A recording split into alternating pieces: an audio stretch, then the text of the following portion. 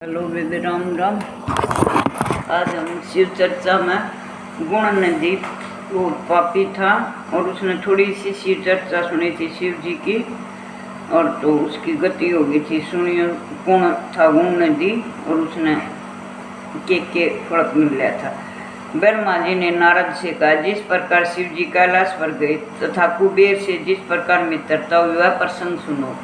कापित्य नगर में यज्ञदत्त नाम का एक ब्राह्मण रहता था। वह विद्या में बहुत पारंगत था। उसका एक पुत्र था जिसका नाम गुणनिधि था। वह 8 वर्ष की आयु में उसका यज्ञोपवीत संस्कार कर दिया और वह अनेक विद्याओं का ज्ञाता भी बन गया, परंतु उसमें बहुत से दुर्गुण भी थे। वह जुआ खेलता था, गाना बजाने वाली महफिलों में जाता था। माता के कहने पर भी वह अपने पिता के पास नहीं जाता था। पिता दीक्षा और यह करके आता तो पत्नी से पूछता, गुणनिधि कहाँ है? तो माता झूठ बोल देती थी, यही कहीं होगा, अभी गया है, शायद पूजा स्नान या देवताओं के लिए फूल आदि लेने गया होगा।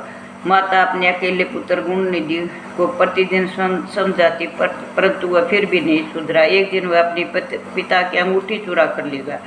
पिता ने अंगूठी को एक जुआरी के हाथ में देखा तो उससे पूछा कि यह अंगूठी तुम्हारे पास कहाँ से आई?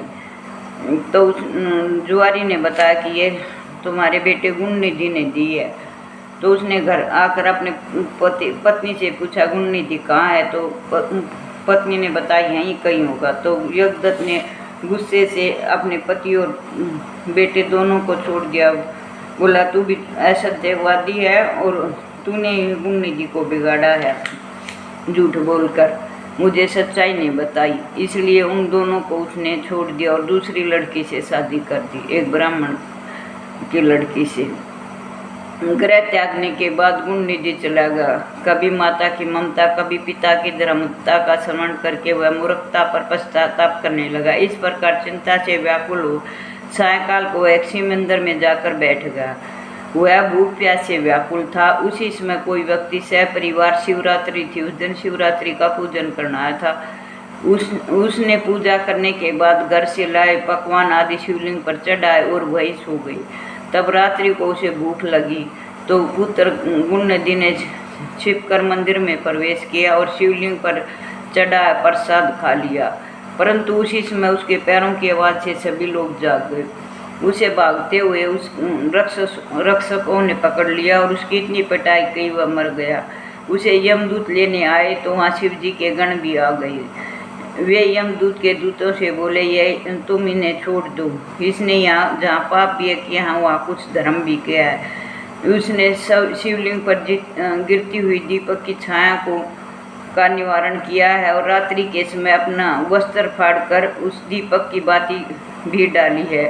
उसी प्रसंग से उसे शिव गुणों का श्रवण भी किया है। उसने रात में शिवरात्रि को वहाँ शिव की जो सत्संग हो रहा था उसे सुना था। सारे दिन का वो भूखा था तो उसने शिव जी का व्रत भी किया।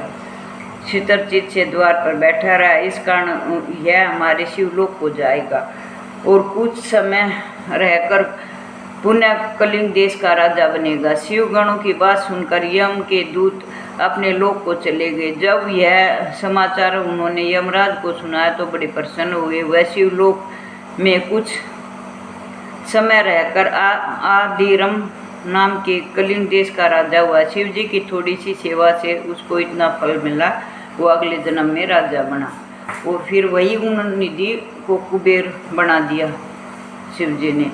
ब्रह्मा जी ने नारद को बताया, जब मेरा प्रथम कल्प पूरा हुआ तब उसमें मेरे मानस पुत्र कुलत्स्य ने विसर्वा का जन्म हुआ। विसर्वा के वश्रवण पुत्र हुआ। उसने अलकापुरी का शासन किया। उसके उग्र तप करके शिव जी की आराधना की। उस समय धनावन कल्प शुरू हुआ।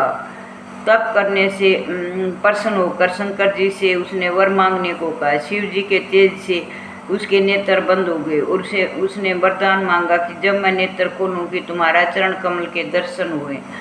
हे मुनियो, यही वह यज्ञदत्त का पुत्र गुणनिधि ही था जो शिव जी की सेवा करके अलकापुरी का राजा बना था। परंतु यह शिव जी के साथ पार्वती को देखकर उसकी दृष्टि कुर होगी तो उसकी बायां नेत्र फूट गया। शिव जी ने पार्वती से कहा, यह तो तुम्हारा पुत्र है, यह अब तुम्हें कुर दृष्टि से भी कभी नहीं देखेगा। इस कारण मैं इसे निधियों का स्वामी बना देता हूँ। यह